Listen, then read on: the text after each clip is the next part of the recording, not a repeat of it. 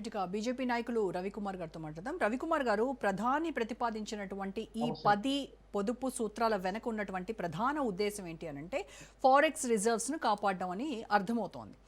అయితే ఏడాది పాటు బంగారం కొనొద్దు, తర్వాత విదేశీ ప్రయాణాలు చేయొద్దు, 2 ఏళ్ల పాటు కూడా భారీ నిర్మాణాలు చేపట్టొద్దు, ఆయిల్ తక్కువగా వాడండి, ఫ్యూయల్ని తక్కువగా ఇది చేయండి, ఈ రకరకాలుగా కొన్ని చెప్పడం వల్ల లేనిపోని డౌట్స్ వస్తున్నాయి. ఏంటి అంటే నిజంగానే ఏదైనా జరగరానిది ఏదైనా జరగబోతోందా ఏంటి అని కొంత పానిక్ సిచ్యువేషన్ అయితే వస్తూ ఉంది. At the same time Congress నాయకులు కూడా ఇప్పుడు ఇవేదైతే వద్దు అని చెప్పారో ప్రధాని తగ్గించండి అని చెప్తూ ఉన్నారో వీటిపైన కూడా వాళ్ళు అపోజ్ చేస్తూ ఉన్నారు. కొన్ని అంటే ఆయా రంగాలకు సంబంధించినటువంటి వాళ్ళ లైవ్లీహుడ్ పరిస్థితి ఏంటి, దానికి ఎవరు అకౌంటబిలిటీ అని అడుగుతున్నారు. అవును. ఇప్పుడు ఇప్పుడు కాంగ్రెస్ పార్టీ కొంచెం బాధ్యతాయుతంగా ప్రపంచం యొక్క పరిస్థితులని క్లోజ్గా గమనిస్తున్న పార్టీగా, ఒక జాతీయ పార్టీగా, ఈ దేశాన్ని 60 సంవత్సరాలు వెళ్ళిన పార్టీగా ఒకసారి ఆలోచించి ఇప్పుడున్నటువంటి పరిస్థితుల్లో రాజకీయాలకు ప్రాధాన్యత ఇవ్వకుండా కేవలం దేశంలో ఉన్నటువంటి పరిస్థితులను మెరుగుపరచడానికి, అంటే ఇది ఒక రకంగా జాతీయ జాతీయ భావాలని పెంపొందించుకొని వాటిని ఇప్పుడు బయటికి తీసి దేశం పట్ల వాళ్ళకున్నటువంటి ప్రేమను వాళ్ళు బయటికి వ్యక్తపరిచేటువంటి సమయం. ఈ సమయంలో ఇప్పుడు కూడా నేను ఎందుకు చెప్తున్నానంటే, ఒకప్పుడు నెహ్రూ గారు ప్రైమ్ మినిస్టర్ గా ఉన్నప్పుడు కూడా జనసంఘ వాళ్ళు దేశ హితం కోసమే మాట్లాడినారే కానీ ఎప్పుడు కూడా ప్రభుత్వంలో ఉన్నటువంటి నెహ్రూ గారి పైన వ్యతిరేకంగా ఎప్పుడు మాట్లాడలేదు. ఇందిరాగాంధీ గారు చైనాతో యుద్ధం చేసినప్పుడు కూడా ఇందిరాగాంధీ గారికే సపోర్ట్ చేస్తూ మాట్లాడారు, ప్రభుత్వానికే సపోర్ట్ చేస్తుంటూ మాట్లాడారు, కానీ ఎప్పుడు కూడా ప్రభుత్వానికి వ్యతిరేకంగా మాట్లాడలేదు. ఆ తర్వాత జరిగినటువంటి పాకిస్తాన్తో యుద్ధం జరిగినప్పుడు యుద్ధ పరిస్థితుల్లో కూడా అప్పుడు కూడా ప్రభుత్వానికి సపోర్ట్ చేస్తూ, ప్రభుత్వంలో కాంగ్రెస్ పార్టీకి సపోర్ట్ చేస్తూ, ఆ నాయకురాలకు సపోర్ట్ చేస్తూ మాట్లాడారు. ఇట్లా చాలా అనేక ఉదాహరణలు భారతీయ జనతా పార్టీ కావచ్చు, జనసంఘలో ఉన్నప్పుడు కావచ్చు, క్లిష్ట పరిస్థితులు, దేశానికి క్లిష్ట పరిస్థితులు వచ్చినప్పుడు ఏ విధంగా ప్రభుత్వంలో పార్టీకి సపోర్ట్ చేస్తూ అన్ని పార్టీలు కలిసి వచ్చి ఒకే రకమైన వాయిస్ ని ఏ విధంగా అయితే బయటికి తీసాయో ఇప్పుడు అటువంటి పరిస్థితి. మనము ప్రత్యక్షంగా ఏ దేశంతో యుద్ధం చేయట్లేదు, కానీ అటువంటి పరిస్థితులు ఇప్పుడు ప్రపంచంలో నెలకొన్నాయి. నేను అంటే పర్సనల్ గా నేను చెప్తున్నానండి, నేను ప్రతి సంవత్సరం ఏదో ఒక దేశానికి అట్లా వస్తూ ఉంటాం. యూరోపు, ఇక్కడ లాటిన్ అమెరికన్ దేశాలు కావచ్చు, ఇక్కడ చైనా అవతల ఉన్నటువంటి దేశాలు కావచ్చు, ఏషియన్ కంట్రీస్ కావచ్చు, ఆఫ్రికేషన్ కంట్రీస్ అంటే పోతా ఉంటే నాకు అనుభవం ఉన్నది. అక్కడ ఉన్నటువంటి ఇప్పుడున్నటువంటి పరిస్థితులు చూస్తే నిజంగా భయం అవుతుంది. ఎందుకంటే 30 నుంచి 40% ఫ్యూయల్ రేటు కావచ్చు, మిగతా వస్తువుల రేటు కావచ్చు పెరిగినాయి. అమెరికాలో అయితే మరీ దారుణంగా ఉంది. అమెరికాలో 2 రకాలుగా పెరిగినాయి. ఒకటి యుద్ధం వల్ల పెరిగింది ఒక ఎత్తు అయితే, అమెరికా అధ్యక్షుడు విధించినటువంటి టారిఫ్ల వల్ల కూడా అక్కడ నిత్యం దొరికేటువంటి వస్తువుల ధరలు కూడా విపరీతంగా పెరిగినాయి. చాలా పానిక్ సిచ్యువేషన్ ఉన్నది. ఇక మన దేశం పక్కనే, మన దేశానికి ఆనుకొని ఉన్నటువంటి పాకిస్తాన్, బంగ్లాదేశ్ లాంటి దేశాలైతే ఇంకా పరిస్థితి ఇంకా ఘోరంగా ఉన్నది. ఎంతో కొంత బెటర్ గా ఉన్నటువంటి దేశాలు ఏవైనా ఉన్నాయి అంటే కేవలం భారతదేశం మాత్రమే. నేను ఏదో మా ప్రభుత్వం ఉన్నదని, బీజేపీ ప్రభుత్వం ఉన్నదని, మోడీ గారి పైన అభిమానంతో మాట్లాడలేదు, నేను ఫ్యాక్ట్స్ మాట్లాడుతున్నాను. ఉన్న విషయాలు నిజంగా మీరు గూగుల్ చేసి కూడా చూసుకోవచ్చు. ఒక 6 నెలల క్రితం ఏం రేటు ఉండినాయి అమెరికాలో వస్తువుల రేట్లు, లేకపోతే ఈ యొక్క నూనె రేట్లు కావచ్చు, లేదా పెట్రోల్ రేట్లు కావచ్చు, ఇప్పుడు ఏ రేట్లో ఉన్నాయి, మీరు ప్రతి ఒక్క కంట్రీని మీరు గూగుల్లో కొడితే ప్రతి ఒక్క కంట్రీ 6 నెలల క్రితం రేటు ఇప్పుడు రేటు కొడితే క్లియర్గా తెలిసిపోతుంది.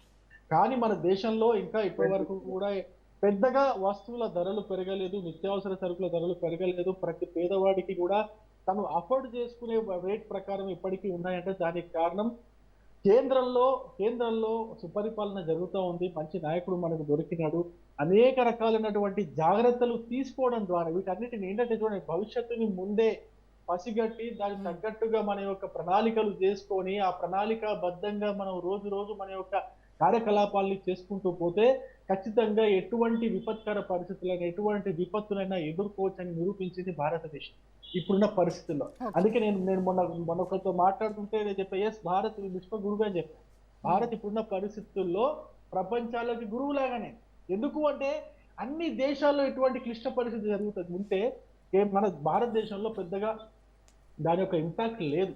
దానివల్ల చెప్పాను. నేను ఇంకొక విషయం కూడా చెప్తున్నా, ప్రధాని మోడీ గారు హైదరాబాద్కు వచ్చి అయితే పిలుపునిచ్చారో గోల్డ్ కొనవద్దు, నూనెలు కొనవద్దు, పెట్రోల్ ని కొంచెం తగ్గించండి, వాడకాన్ని పెట్రోల్ డీజిల్ వాడకాన్ని కొంచెం తగ్గించండి అని చెప్పినప్పుడు దాన్ని మనం పాజిటివ్ గానే తీసుకోవాలా, పాజిటివ్ గానే పబ్లిక్ లో పోయేటట్టుగా చూడాలి. కానీ విమర్శలు చేసేటువంటి సంస్కృతి కరెక్ట్ కాదని చెప్పేసి నేను రైట్. కాంగ్రెస్ పార్టీకి సంబంధించిన నాయకులకు వాళ్ళకి నేను విజ్ఞప్తి చేస్తున్నా. ఇంకొక చిన్న విషయం కూడా కొంచెం లెక్కల్లో కొంచెం అకాడమిక్ గా నేను కొంచెం దాంట్లో చెప్పాలి కాబట్టి నేను చెప్తున్నా. దాదాపు 70 బిలియన్ డాలర్ల గోల్డ్ ప్రతి సంవత్సరం మనం ఇంపోర్ట్ చేసుకుంటాం. యా. ఆ ఇంపోర్ట్ చేసుకుంటున్నటువంటి ఆ యొక్క బంగారానికి మొత్తము మనం డబ్బులు పే డాలర్స్. చేయాలి కదండి. ఆ డబ్బులంతా కూడా డాలర్స్ లో పే చేస్తాం.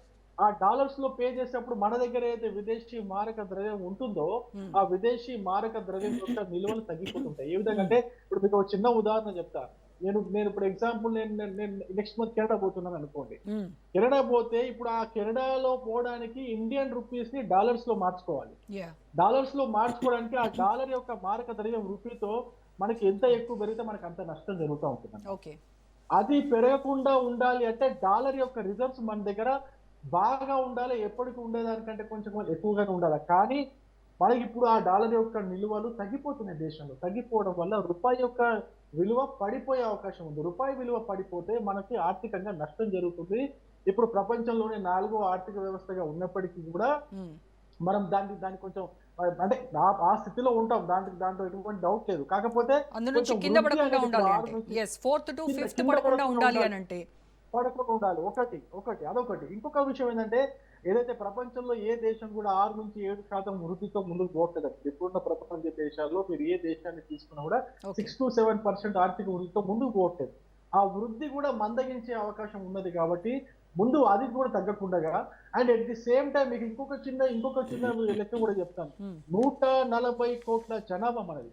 140 కోట్ల మంది జనాభాకు తగ్గట్టుగా ఏదైతే మనం ప్రణాళికలు చేసుకోవాలో ఆ ప్రణాళికలు చేయడము వాటిని జన సమూహంలోకి ఆ యొక్క ప్రణాళికలు ఒక నినాదం లాగా తీసుకుపోవడం అనేది ఇంపార్టెంట్. ఓకే. ఆ ప్రయత్నం మోడీ గారు చేస్తున్నారు. ఆ ప్రయత్నం మోడీ గారు చేస్తూ తను ఆచరణలో కూడా పెట్టి మిగతా వాళ్ళందరినీ కూడా ఆచరణలో పెట్టమని చెప్పేసి ఆయన సందేశం ఇస్తున్నారు. ఆ సందేశాన్ని పాజిటివ్ గా తీసుకొని దేశ హితం కోసం, దేశం యొక్క ఆర్థిక పరిస్థితి, ఆర్థిక వృద్ధి కోసం అందరూ కూడా దాన్ని పాజిటివ్ గా తీసుకొని ముందుకు వెళ్తారని చెప్పేసి నేను మీ ఛానల్ తరపున కూడా నేను విజ్ఞప్తి చేస్తున్నా. రైట్. ఎవరు కూడా నెగిటివ్ గా తీసుకోవాల్సిన అవసరం లేదు. రైట్ రవి గారు. పశ్చిమ ఆసియా అంటే మనకు పక్కనే ఉన్నది. దూరం ఉంటే ఏమో అనుకోవచ్చు.